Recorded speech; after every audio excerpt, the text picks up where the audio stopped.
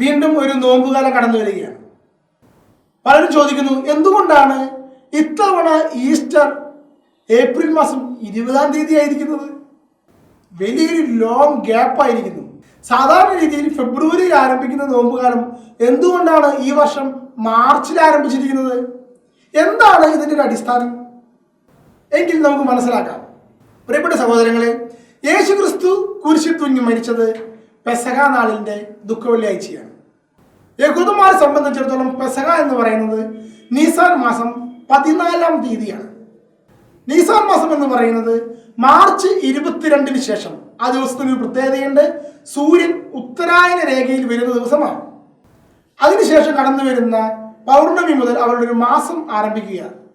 അങ്ങനെ നീസാൻ മാസം ആരംഭിച്ച് അതിൻ്റെ 14-ാം തീയതി കടന്നു വരുമ്പോഴാണ് പെസഹയായി ആചരിക്കുന്നത്. അതിൻ്റെ പിറ്റേ ദിവസമാണ് യേശു ക്രിസ്തുവിൻ്റെ കുരിശുമരണം. യേശു ക്രിസ്തു കുരിശിൽ മരിച്ചത് വെള്ളിയാഴ്ചയും ഉയർത്തെഴുന്നേറ്റത് ഞായറാഴ്ചയുമാണ്. എന്നാൽ യഹൂദന്മാരുടെ പെസഹായോടൊപ്പം യേശു ക്രിസ്തുവിന്റെ കുരിശുമരണം ആഘോഷിക്കാമെന്ന് വെച്ചാൽ പലപ്പോഴും അത് തിങ്കളാഴ്ചയോ ചൊവ്വാഴ്ചയോ ആണെങ്കിൽ യേശു ക്രിസ്തുവിന്റെ കുരിശുമരണം തിങ്കളാഴ്ച ആചരിച്ചതിന് ശേഷം 5-6 ദിവസത്തിന് ശേഷമാണ് ഞായറാഴ്ച ഉയർപ്പ് ആചരിക്കാൻ സാധിക്കുകയുള്ളൂ. ഇങ്ങനൊരു സാഹചര്യത്തിലെ സഭ അതിൻ്റെ ആദ്യത്തെ കൗൺസിൽ, നിക്ക കൗൺസിൽ AD 325 ഇതിനെക്കുറിച്ച് ചർച്ച ചെയ്തു. എങ്ങനെയാണ് നാം പെസഹ ആചരിക്കേണ്ടത്, എങ്ങനെയാണ് നാം ഈസ്റ്റർ ആചരിക്കേണ്ടത്? പലരും വാദിച്ചു യഹൂദന്മാരുടെ പെസഹായോടൊപ്പം പെസഹ ആചരിക്കണം, അതല്ല മറ്റൊരു രീതി അവലംബിക്കണം എന്നുള്ള ചർച്ചകളുണ്ടായി. അതിന്റെ ഫലമായി ഇങ്ങനൊരു തീരുമാനത്തിലെത്തുകയാണ്. മാർച്ച് 22-ന് ശേഷം കടന്നു വരുന്ന പൗർണമിയുടെ കഴിഞ്ഞു വരുന്ന ആദ്യത്തെ ഞായറാഴ്ച ഉയർപ്പ്. ഇപ്രകാരമാണ് അതിനൊരു തീരുമാനം ഉണ്ടാകുന്നത്. അപ്പോൾ ആദ്യത്തെ ഞായറാഴ്ച ഉയർപ്പായി കഴിഞ്ഞാൽ അതിനു മുമ്പത്തെ വെള്ളിയാഴ്ച ദുഃഖ വെള്ളിയാഴ്ച. ഇങ്ങനെ ഒരു തീരുമാനം അന്നുണ്ടാവുകയാണ്.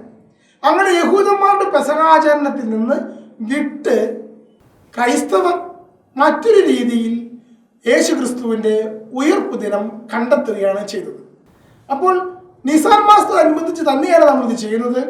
മാർച്ച് 22 കഴിഞ്ഞ് വരുന്ന പൗർണമി കഴിഞ്ഞു വരുന്ന ആദ്യത്തെ ഞായറാഴ്ച ഈസ്റ്ററായി ആഘോഷിക്കപ്പെടുന്നു.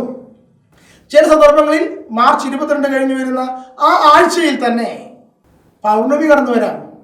അപ്പോൾ ഏറ്റവും നേരത്തെ ചിലപ്പോൾ ഈസ്റ്റർ ആഘോഷിക്കപ്പെടും.